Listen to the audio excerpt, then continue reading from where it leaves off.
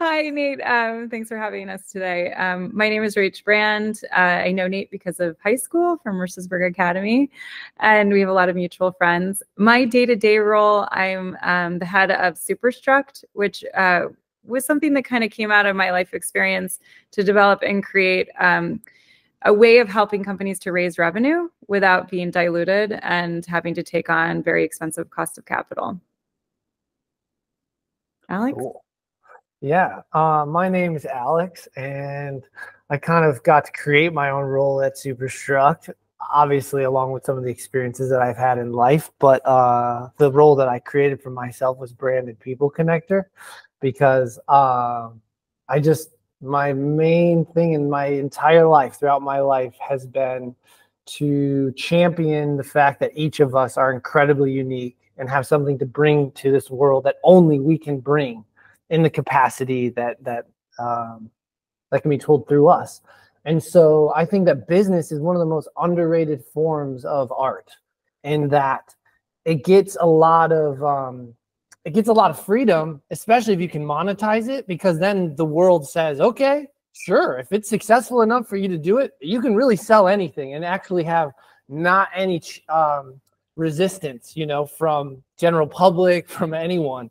And so I think that and then meeting Rach has really freed up this passion of mine to really hone in on the founder that we're working with, to really allow them to understand that their vision is perfect and that all they need is support, because no man is an island. We need help. So it's really cool to work in what is a lot of people would say a very left place, but in a way that allows us to also honor that right side of creation and curiosity and innovation, and so the fact that Rach is also a huge proponent of that, along with then having the technical expertise to actually scale and grow and understand obviously strategic movement through capital.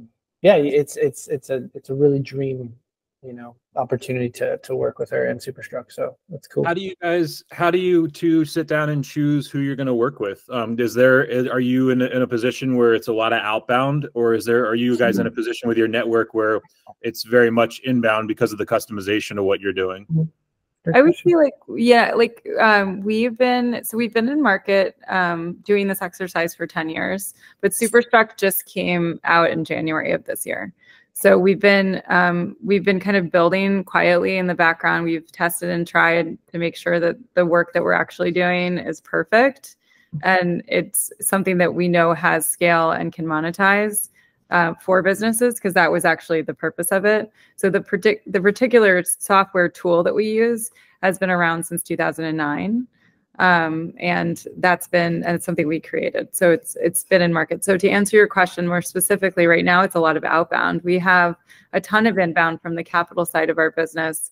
And this came out of the need to be able to support the founders with another unique tool set, Nate, because what we found is that we look at about 350 businesses a month, and we can only really lend to one or two of them on the capital side. And so these other businesses actually need help. But when we start really digging into them, out of what we see, many of these companies believe that they need capital, but really only 1 out of 7 truly can take capital on successfully. And that there's a lot of other ways that we can help those other 6 companies. So that's, part of it is that people who come into our data set around the inbound currently, they don't realize that there's actually another way home, but they believe that capital is the only way right now currently. That's a conversation topic that comes up in quite a few of these with different, whether it's somebody from venture capital world or somebody that's just a straight founder or a solo entrepreneur or solopreneur, however you want to phrase it. It's interesting that, for where, all of us kind of grew up in the go out, get money, build it, scale it, make it huge and go all there. And now it's changing that philosophical mindset to understanding okay, you might not have to scale it to 100x on day one, and you might not actually ever have to go for venture capital or any capital. You know, if you just slowed down for a second and built these pillars, and sometimes, you know, then you're not actually building the house of cards that we see a lot of times, because, you know, we've all been in those various situations. And I'll admit, like, there's times where you get a bit of money into a venture, and you figure out, okay, your objective and strategy is infiltrated by the money as opposed to the actual objective and strategy, and not to become rich. It's just that you automatically think, okay, since it's here, we have to utilize the money. Yeah. And then you end up sometimes burning it or doing something that's off brand or off strategy. Yeah, no, that's great. When did you actually graduate from school? From college? I graduated in 2003 from Mercersburg. Okay. Yeah. So you and I met 4 years apart. Yeah, you and I had met, I think after you had graduated through, I believe the first time we had met was the Hendrickson family. Getting ready for this, I was trying to think about how we met originally, but I think that's what was a swank connection there through the Hendricksons. Yeah. Yeah, south. But yeah, I lived with south. Yeah, there you go. Yep, south. Yeah. So one of the, so interesting that that's your perspective around, because I don't really feel like I hit that bug around venture scale or venture capital until like 2015. I would say, and I don't, Alex, I don't really even know how old you are. That's funny. I'm not going to ask. But when did you graduate from college? I graduated from uni in 2011, I think. Okay. So yeah, okay, 34. Yeah. Well, younger. So you'd probably be more in the middle. Yeah. Yep. Yeah. So I'm just thinking about like the statement though that you made, because I think it's really interesting around venture. So I had built like a normal business, you know, and when I say normal business, I mean like one that created revenue, like shocking, and EBITDA, and I never had to take on a loan or, you know, whatever. I just like started taking on clients, and then as you take on clients, you like then start hiring people, and you just always try to balance it so that you don't run out of money. But you're right. Like, I think that this class of kids coming out, anything from like 2008 forward, it was just a totally different world they were entering, where venture capital was like the only way to build. And if you were a founder, that was it. But so Alex, I'm going to kind of like turn this over to you after I say this last part, because I think you are very passionate and have some very important key details to share. But on my end, Nate, one of the things that I've figured out from let's call it a trichonomic standpoint, is that if you actually have very high COGS and very low margin, you can't take on venture capital. Like, there's no exit world where that makes sense for an investor. And we still don't seem to get it. It's something that comes across. Actually, Alex and I had an exchange over a client this morning who is a really great founder, but he's going to be in that boat. His COGS are never going to get him to a place where a marketable and marketing to an investor would make sense for him. So, Alex, I'll let you kind of dig on that topic. Yeah. I mean, I think that was a really interesting point also, like talking about kind of like how the formula changed for like creating a business like post 2008. I think that's like right around, you know, where like the economy collapsed, you know, and it's interesting because my partner and I scaled with no capital, like entrepreneurial, like we were working with founders and entrepreneurs, like for their individual like mindfulness, you know, like kind of like entrepreneurial wellness. And we scaled it to about $500,000, and then we just burn out because we grew too fast, and we didn't have any boundaries or anything to tell us to stop. You know, it's just like you just keep going until the wheels fall off. And so like to then bring it to Rachel's point, yeah, like you don't even, unless you get exposed to either a mentor or you go out and try it, right? And then you learn from the market telling you that your COGS and your margins aren't good enough to even attract a partner in this way, you won't even know it until you have someone tell you no. So it's very interesting. Like, I think a lot of it is, and I hope in every organization I've been a part of, I've always been a strong proponent of like just the educational aspect, because I think so many people, you know, want to know this, but I think they're just running off of formulas and programming of, hey, this is what you do, pre-seed, you Series A, Series B, Series C, your IPO, you sell it, and you're a millionaire, you know, like that's the dream. And everyone's chasing something like, just like to your point, Nate, maybe that's not actually your dream. Maybe that's literally like, have you actually done the time and taken the time to understand like what is your pace, like, and then what Drake is saying, like what is your actual exit strategy, like what do you want, what is your form of legacy wealth, right? Because I know some people who just live in the same home that their parents, you know, gave them, and they sit on the porch after working a really great day as a mechanic, and that is genuinely their definition of success. Right. So it's like everything is relative. So that's where, again, Superstruct to me is such a nice answer to that, because it's helping these founders and entrepreneurs like figure out what that is for them, and then giving them the tools and the resources to do so. You know, I think that's an interesting way to put it. And this business right here, FreeMind, the podcast, the FreeMind Podcast, is actually an offset of my business, FreeMind LLC, that I started in 2008.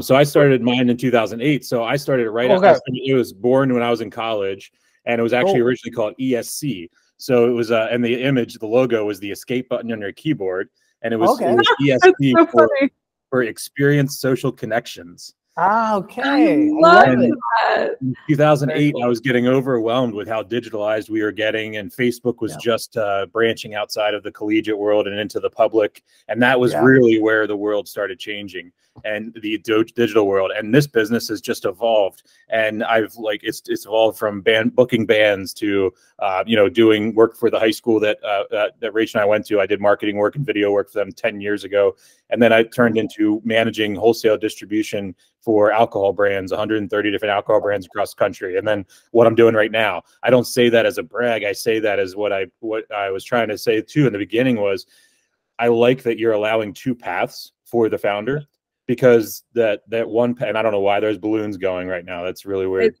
your finger going like that. Okay. Cool. My hands down. I like it. No, it was like you're cheering yourself on. Yeah. Two pads, and you're like, jazz hey, hands the and background noise. That's what I thought. I actually thought it was happening for a reason. So that's great. That would be awesome. Next time I'll have some real ones in the room. But yeah. So where was I there? Oh, going with the kind of like the dueling past of myself, and kind of talking about age. It's interesting. You know, my wife's a couple years older than me, and we talk about even that the gap in between us is just by a few years, how much different certain cultural things are, and songs, and TV shows, and things like that. And when you look at the evolution of a business, I think about in the past 20 years, how much, or less than 20 years, how much my business has evolved and changed. And it only was that way for me because I was a solo entrepreneur, because I always owned 100% of my LLC. That is a anomaly in a lot of scenarios. You know, I've never had to give up any equity or anything like that. And it's one of those things where, but I always kept it to a scalability until 3 projects that I won't get into the specifics of that went, and I know exactly in retrospect what went wrong, and I learned my life's lesson. But I went off of what you were just saying, Alex, too, is I went off my own path, and I went off my mission, and I tried to do something new to challenge myself. And instead of just staying on my path and growing within my path, I could have been, I lost a year, you know, year and a half, you know, whatever amount of time. And so I appreciate that perspective, and I appreciate you guys coming into it. It takes me to, I'll hop off the soapbox in a second, but I was in my senior year of college when I was formulating this idea, and I was a super senior. So I was in my 5th year. And so I was in a film studies class, which sounds really silly, but it wasn't for my degree of public relations. And as I'm sitting in this class, it was my last, you know, semester, and everything else was done. And it was like, all right, we're going to do a script writing project. It was like, they're like, okay, we're going to write a script. And I turned in this script, spent a week on it, got really into it. I thought it was awesome, but it didn't follow the formula that was originally on the first page of the exercise. And I immediately, out of this visceral principledness, said to that teacher, if this is not a creative class, then I'm not going to be in this class. I said, I'm graduating in a few weeks. Like, what is the lowest grade for me to walk away right now? And we just like agreed. And it was the first time I ever walked away from an art class. And it was an art class that I walked away from because it was so formulaic. And it wasn't just that one assignment. That was the class. Yeah. And he was offended when you wanted to start your movie with someone falling out of an airplane and then not telling all these different things in the right sequence and all this. If he told the story out of formula, he was very upset. And that was my beginning where I got scared. Yeah. What I'm trying to say is that that's where the beginning of where I got scared of people not allow, like really the staying in your lane, but not allowing. Yeah, no, I completely understand. So. Yeah. I mean, change, the unknown, right, scares us. And when you introduce or you're living a life that is in any means like custom or unique or original to you, it's gonna rub people the wrong way. Like your immediate family, your outlying friends and stuff, like they're going to have something to say about it because part of their safety is in the identity and projection they have of you. You know what I mean? And who you are to them. You know, so yeah, that's great. And that's sad also that guy who lives in Bali, by the way. Yes. So I've experienced it very, very in-depthly in my life. So yes, that is very much so. My family, we have 2 kids. We've been here for 4 years almost. So yeah, there's been a lot of that. But also like this to tie it in, and I know people would say, man, you're just like a walking infomercial for Superstruct. But to be honest, like I wouldn't have joined if I'm not all in on something. Like I can't. That's like I'm just at the stage in my life where like if I'm not 100% passionate about it, I can't do it. But when we burned out, we spent $50K on coaches, like literally corporate like coaches to help us. And each one of them, when we got to the point of, no, we don't want to do it that way in your formula, they were like, we can't help you. And literally, like, so it was just literally, okay, it's a wash. I mean, even to the point where we were paying like monthly payments, like $5K a month. And we were like, can you give this to someone, you know, like someone who can't afford your services? And they're like, nope, we can't. And we're like, wow, we'll honor the contract, but the fact that you're showing this much rigidity is really sad to me. And it's really one of those things that's it's weird to see after, like, I feel like COVID did a lot in shaking those types of people out, and that those that had a let's say like that house of cards or that superficial foundation, you know, and didn't have a core principle like you're talking about. Like I didn't. I came out of COVID with new principles that were principles from a long time. I came out of COVID with principles that I had 20, 15 plus years ago, but had just lost myself because I went down the corporate run and had all the successes and followed the carrots and, you know, did that side hustle while I was doing the other stuff. And I look at people like yourselves and seeing people that are building, you know, things like what I'm trying to do, where it's just open-mindedness, and not open-mindedness in some extremist way of like some, you know, existential aliens coming to the meteor of the upper conscious levels. I mean, that, you know, we can get into a whole different conversation about that. I mean, I do enjoy that. But what I'm speaking about is the very simple idea that being open to the path veering off every once in a while and embracing that turn and embracing that curve. Sometimes there is a reward at the end of that curve. And I think that what you guys are doing is so powerful on the front end of that, because you're meeting these people right at sometimes they're established and they're looking to upgrade to the next level. But sometimes they're, like you said, they're coming to you and they're not like really asking for the right things. How do you guys walk through, without giving any of the secrets away, like how, I mean, obviously the discovery is probably the most important of anything for you guys. So exactly that initial discovery and qualification coming through, where, you know, you guys, because you can't just spend your whole time grabbing everybody just because you want to just want the clients. So how do you guys qualify and filter through? Yeah, I think actually it's a really great question. So first of all, on the magic side, there really isn't a lot of magic to this. I think the magic actually comes from the fact that we've been there before and we're here to hold space for you. Exactly. And there's a process that we go through, but the process can veer off because we have lots and lots of different tools that we can put out, Nate, as we need to. So that's all just from experience and our own education and what we've built. But what I would say is that ability to hold the space and walk somebody through it is key. And our qualifier is, can we work with you? Like, can we work with you? Do you like us? Do we like you? Is there mutuality? Is there mutual respect? Are you going to actually show up for yourself? Because that's like actually most important. But in addition to that, are you going to be willing to listen? And that's something that Alex and I have actually spent a lot of time thinking through, because we've been in situations before where people actually aren't willing to show up and they're not willing to listen. And there's only so much we can actually do. We're coming at this from a very flip it on its head kind of principle, which is stop trying to chase after the dollar. Because actually, if you have 1 extra hour to spend in the day, don't waste your time putting your energy and time into raising capital if you can use that time for raising revenue.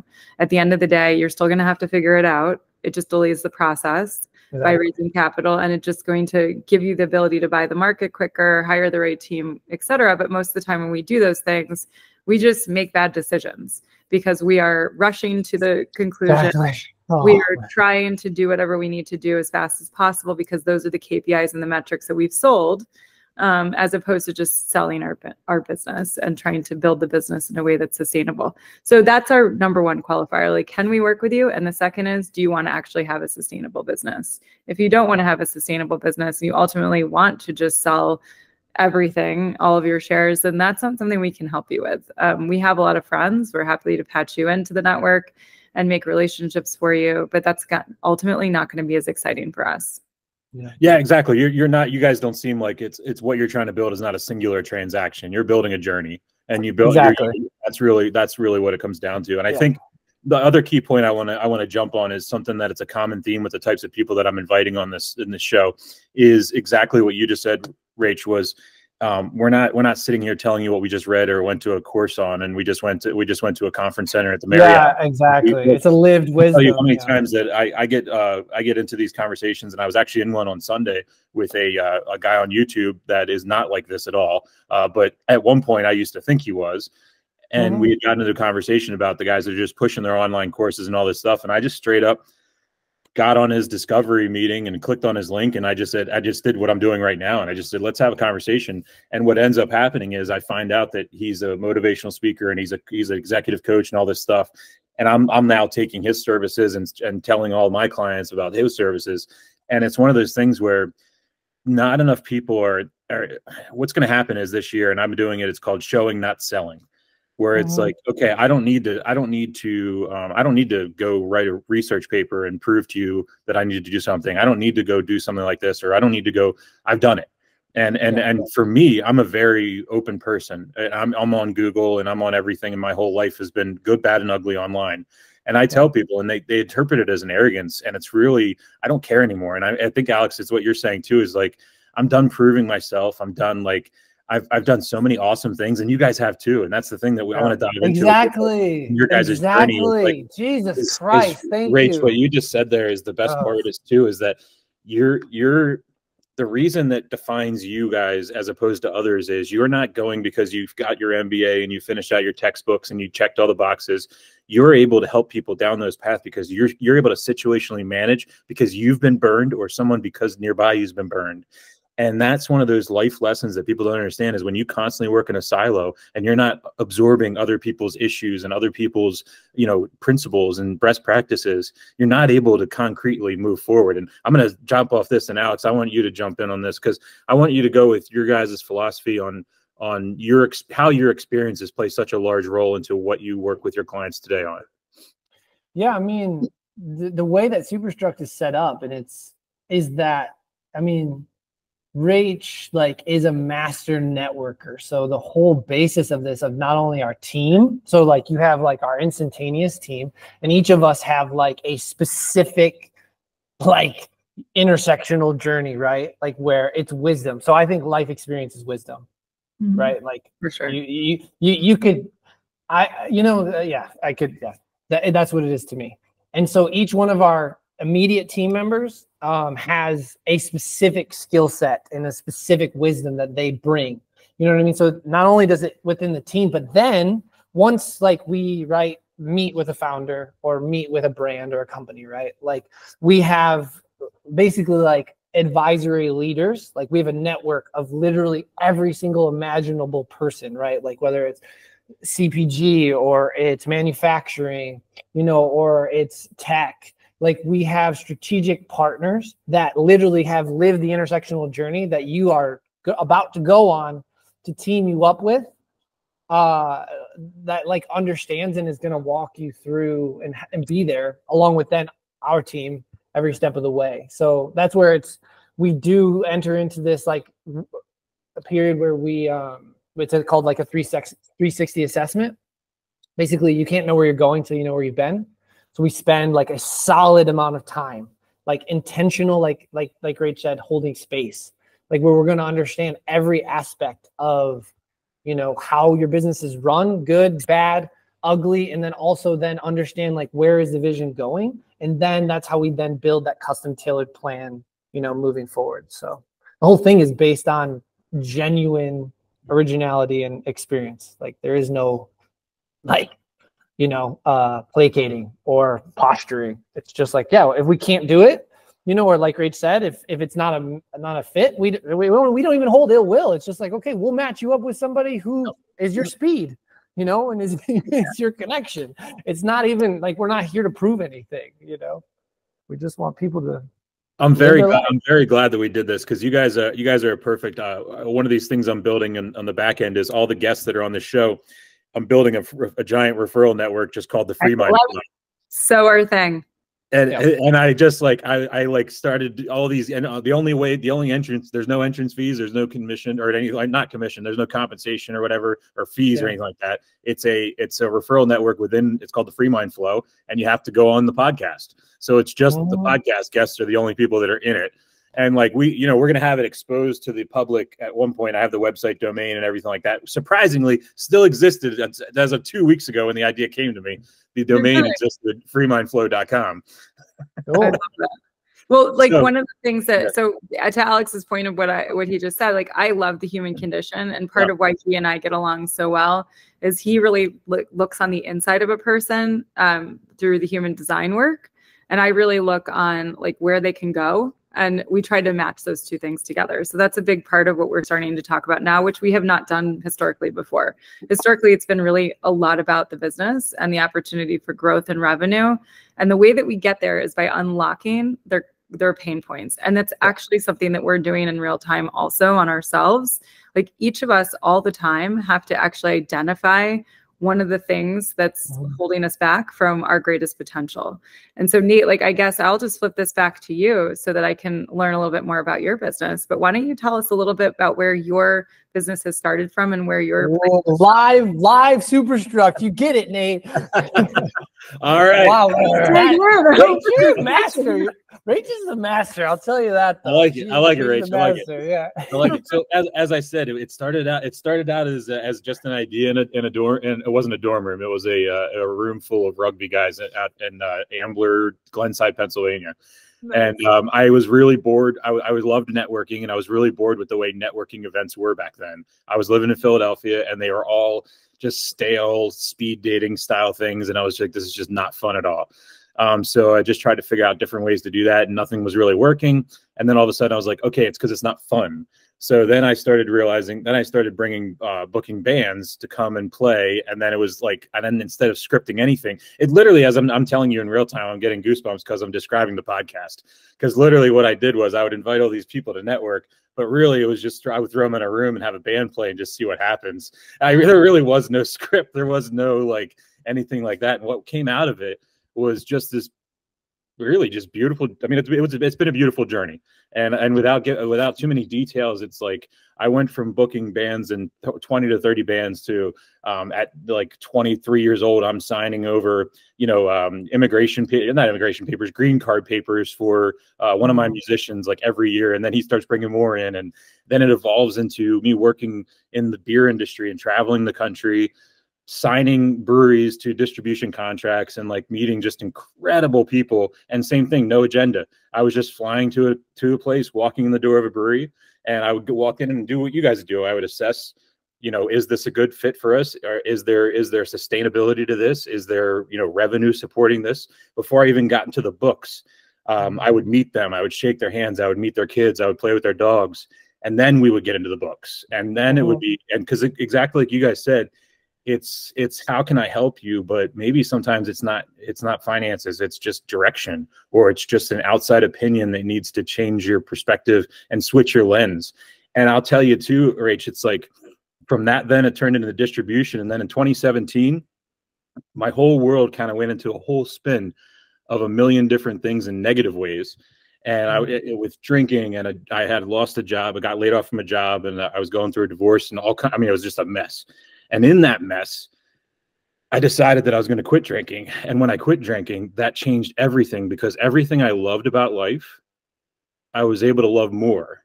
And I don't want people to stop drinking. Let me get this right. I have an investment in a brewery, and I still represent breweries, and they all laugh at me when I say this on the podcast.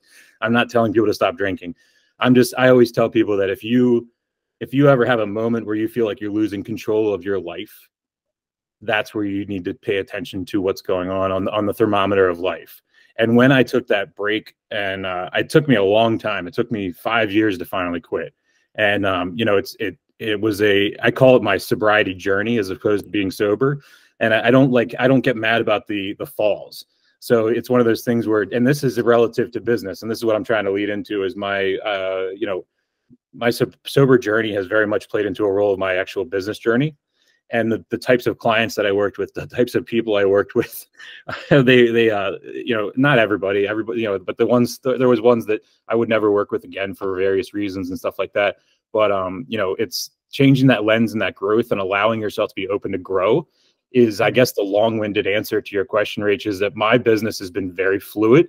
And it was always that way in the beginning. And that's why I filed it as a marketing agency, because I was told that was the most evolutionary thing you can do. So I was like, you know, that's the most general thing you can do. So I called it FreeMind, and that was all it was. And that's just one word. And that's what it's been since 2008. I guess officially Uncle Sam might see me on 2010, but there was a few band shows before then. So and how do you make money? Just so I can So right now, how I make money right now is I work and basically work with clients on growing their portfolios as well as distribution. So I help them in the wholesale. So I work with a lot of CPG brands and helping them navigate the distribution world. So I take my experience when I worked as a brand manager in wholesale. Yeah, cool. And then I actually get to champion across the spectrum. Is it anything in food, or is it specific to alcohol? No, actually, I branched out in 2017. I branched out to every aspect of food and beverage. Yeah, I invested in a pretzel company back then and a couple other things. So yeah, basically what it turned into was in 2017, I changed the entire business to anything when you walked into a brewery, winery, distillery, or a liquor store, or anything like that. I wanted to represent anything that was in that experience for the customer, whether that also extended into technology. So everything in my portfolio and of my life is strategic in that sense. How weird that we've never talked before. Oh, and that's the weirdest part, is because I follow your stuff for years on LinkedIn, and seen that we're in the same industries and in the CPG space and everything like that. And it's you know, I try to think too. I ran into, I think it was Jason Wright, maybe. Yeah. I remember somebody I ran into at like a fancy food show or something like that. Yeah. Yeah. So Alex, for your knowledge, Jason Wright has been my class president since I was in the 9th grade, and he's still class president. And 30 years later, we're going back to our 25th high school reunion, and he's still my class president. Awesome. And I see him all the time in New York. And so it's very funny, because I'm always like, so this is my class president, Jason Wright. Right. Him to people. But yeah, he works in licensing for Wild Brain, which is peanuts. And he does like strawberry shortcake and all of the, like, you know, the things that we've forgotten about, but like Teletubbies. And it's hysterical. He did Taco Bell for a number of years, working for a different company called Beanstalk, and he did like a Taco Bell hotel. So I'm all in.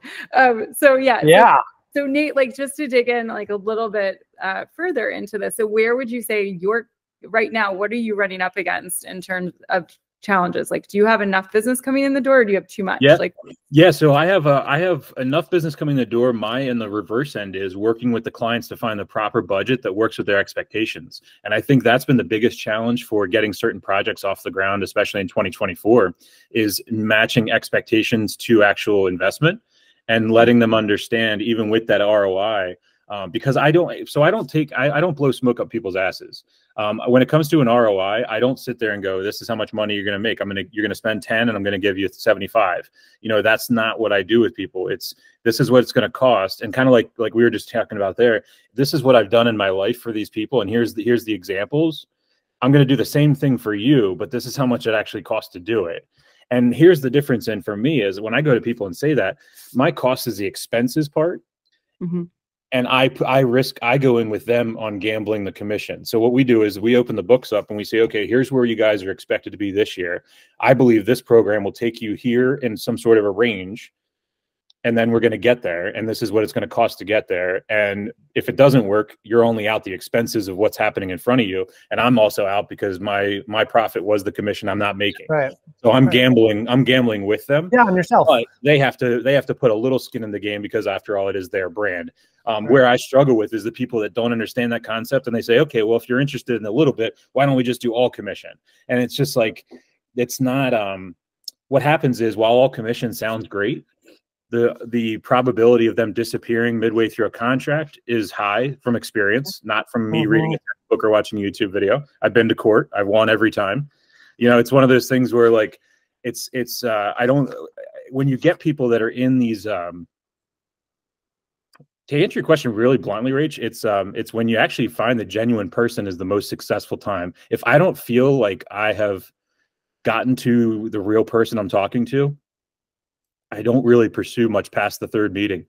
And it actually gets kind of aggressive some ways because I tell people like, I only write one proposal. No edits. Like, what do you mean? What do you mean? I only write one. I'm like, I only write one proposal. I've done this for 20 years and I've been an independent freelancer for God knows how long. And I'm not going to spend 40 hours a week making 100,000 proposals a week that don't mean shit. Yeah. So it says is like get somebody to a no. It's actually more valuable than keeping them in the gray area. So it's like you want a yes or a no, there's no question. But the other is like make no concessions. He's like, even if they want $1 off, I'll be happy to introduce you to one of my competitors who's going to do a great job for you. And I like really love that because it's actually, there's two sides of this that are important. And I think when I'm listening to you talk, I have a very clear next step for you. But I actually want to hear what Alex would say.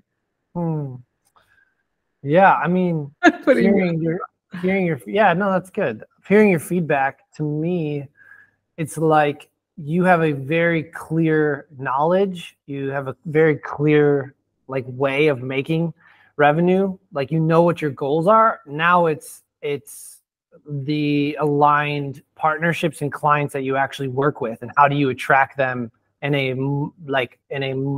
more than like having to even entertain the idea of working with someone that isn't aligned, you know? So I don't know, like one right off the bat is like doing this podcast, like is getting out your marketing in a way that is showcasing who and what you are in a way that lets people know right away if I want to work with you or not. It might be creating an offshoot of the FreeMind in a way that allows you to talk about, I don't know, like I haven't even like done the deep dive of like what your marketing channels are, right? But like to understand, I would like really want to understand like how are you showcasing like that side of you? You know what I mean? Like in the same authentic way that you've just now shared with us, so that you don't even have to entertain people or places or things that that aren't worth your time. So that would be like my initial read on like what your main desire is at this current juncture in your career. Slow it down though, Alex. It's interesting because one of the things that Alex does is this human design exercise. And so I was just thinking, Nate, like actually you could figure out what your qualifiers are and we could back into it with psychometrics, like even before you get started. So you can have like a basic questionnaire, which is part of their inbound that actually helps you to define whether or not they're the right person for you to even have a conversation with. And then likewise with what you're talking about on the podcast, to Alex's point, I think an interview format where you're actually interviewing them for the podcast and ask about like past relationships and how they've wanted to be rewarding the people that work next to them, like their greatest champions and vendors that have worked with them in the past and how they've compensated them would be a really telling sign as to how, now they may not know that how opportunistic they can actually go because they've never been asked the question or been there before. But I would say that if you can start to define how they worked in the past, it would give you a really strong indicator of how they're willing to work with you going forward and to not really waste your time. So those would be two on the qualifier side. But the other part that I got really excited about as you were talking is actually on helping to do some of the re-education work that we're doing around capital. When you really outline the problem, it's that people don't believe that they need to pay for the work. And that comes down fundamentally to the way that the market has been run over the last, like, call it 15 years. So really the way that we have been looking at building a business, it's been through free money. It's actually not free, but our impression of how it comes into us is free. And therefore, the way that we approach relationships is through what can you do for me, as opposed to a greater and defined relationship around what can we do together that's going to be great. And we have forgotten about that in business. It's really been so much about the other person and asking from a narcissistic standpoint, like, how can you help to fill my void? As opposed to how can we fill the void together, right. And to have a positive sum mindset and a win for all of us. And so that is like the education part that I think almost needs to happen at the forefront of what you're building, so that the people that you engage with actually come into that relationship with that exact same vibe, whether they have imagined it before or not. You're actually giving them like kind of a level setting experience. Yeah, it's a baseline of it's interesting. Yeah, it's interesting you say that too, because organically with the podcast, and this was not the intent, but when I ramped it up and actually started really going out there and meeting people and stuff like that, and just booking, kind of like I told you, booking 3 to 4 a day, like in early morning hours and late time hours and all, and basically just opening up that what's happened is, organically about 90% so far are reaching out to me and being like, I really enjoyed our conversation. I'd love to work with you more. Like, what can we do? And it's opening up these like really fun blank canvas conversations where it's like not with the directive of like, here's where, this square peg fits into this round hole or whatever. It's like, okay, we're going to think of, we've gotten to know each other for 60 minutes. Yeah. What can we do together that really makes it work? And that's been the most fun of this whole podcast is having those brainstorming sessions organically afterwards. Yeah, and it's never the original intent, but I'm glad you guys pointed out that, because it's what's happening behind the scenes that people don't realize right now, which also then spurred the FreeMind Flow idea and things like that. And that's all in the beginning of, I'd say this is all 2024 related. So I'm weeks in on the conceptual development of everything. Yeah. Right. Well, and to me, so like my biggest proponent is like looking at like the data that I'm seeing, and then how did we get to where we've gotten? So your personal story of alcohol being this connector, like, of creativity, right? And like we're booking bands, and then that turns into booking beer halls and like thinking, right, like in an attached way, like if I let go of this, then the magic of what was created with this will also be gone, but you were the magic. Your vision, your engagement, the way that you made it all happen, it was always you. Yep. So what you had to do and what we do at Superstruct is sometimes it's like, pull it out. Yeah, we're gonna, like, the roadblock is you, my friend. Like, and it might hurt, but believe me, I promise you, it's gonna feel 10 times better, like, on the other side of this, if you just consent to the surrender, like, because that's what's gonna take. You know what I mean? For it to be like an authentic, sustainable, actual, thing that is for you. If not, you're right. You're just gonna come back, and do it again, and that's okay. That's fine, but here you are right now with people who want to help you, and you can do it now. So let's do it. You know what I mean? So that, like, so I just also very passionate in the middle of the night. His time. I am. But Rach, like I told you, to me, every client we work with, it is, and I might not show it. I'm only going to show it with the clients who are like Nate, who would be like receptive to it. But this is what life is about. Is like finding whatever thing is the co-creating thing that's going to get you to your like authentic version of you. You know what I mean? So it's like, it doesn't matter. Like, we could be talking about parenting right now, or we could be talking about relationships. And if that was the topic that was going to get us to where we wanted to go, I'm going to be as passionate about it, because that's just, I don't know, something happened to me 10 years ago where it was like how you said, Nate, like I was living a complete lie. Like my life, everything, it looked pretty, it looked beautiful, but it was a fucking lie. And then I had to like pick up those pieces and put them back together. You know what I mean? And now I like who I am, and I want that for everyone in their own way. I don't care, what the way looks, but yeah. that. So one other thing I wanted to do with you, Nate, on the referral piece, I disagree with free because I think that just, again, perpetuates the problem. Yeah, so it's true. What I push back on is just like, I want to work for you. I want to feel like my time is valued by you. And so I'd love to have you in our network, and I'd love to pay you 10% commission on any deal you bring in our way.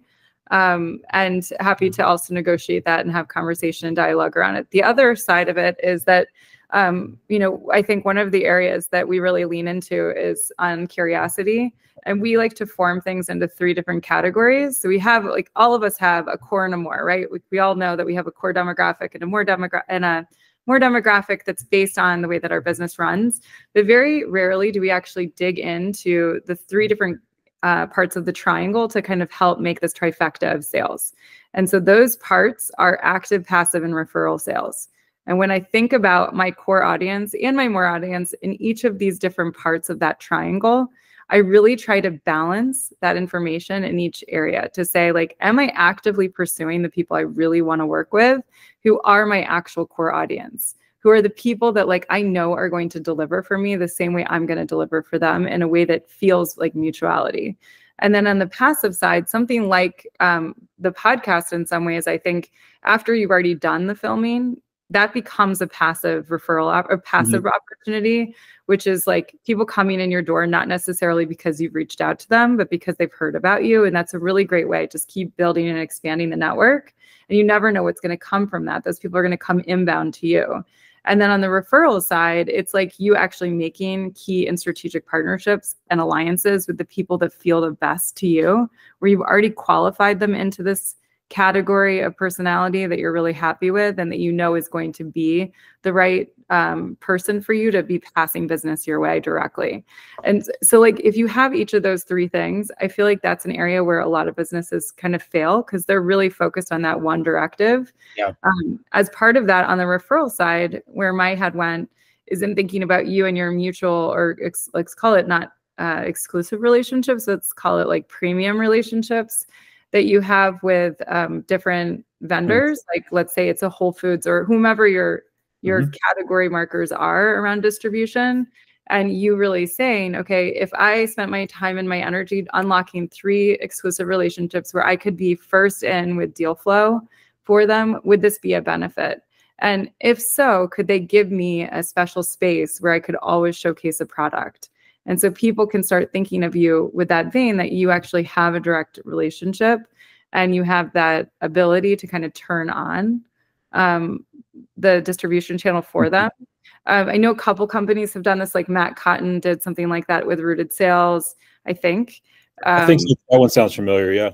Yeah, and so, and I know that like Rainforest is a really great distribution group, and they've done a few of those things before in the past where they've said, like, this is like really my centered area where I want to put my energy and time into, and as a result, this is now unlocking for the customer a really great experience, and therefore they have to come through me. Yeah. I mean, that's essentially what it is. Yeah. I mean, it's really, and a lot of it is my philosophy is I look at everything from a wholesale mentality. So it's like, I don't get siloed into one specific client, and I'm able to compartmentalize my life and my brain into sharing that amongst all the different people. So I appreciate the insights from you guys. I've been taking notes while we're talking here. I feel like this is awesome. Like, oh, good. It's good. Normally I have my Fathom going, so I have all my notes, and then it gives me tasks and things I need to follow up on. Nice. But yeah, like, Nate's super fun. I know we have to bounce in a few minutes. Yeah, you good. Yeah, I appreciate this, guys. And hey, let's we'll close out with anybody that wants to meet you guys and or even just reach out to you and connect with you. I know with our network of past guests, as well as the people that listen, it's a lot of founders and leaders and aspiring entrepreneurs. So tell them how to reach out to you, websites and social media. Yeah, go to superstructadvisors.com and drop us a line, add your name to the newsletter, read our blogs, make comments.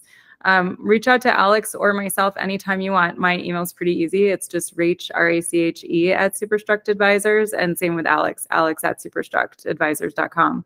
We are here for anyone. We are compensated as a fee for hire service. It's pretty affordable. And our focus is on really helping to build a really great community of founders who want to grow and build their businesses together.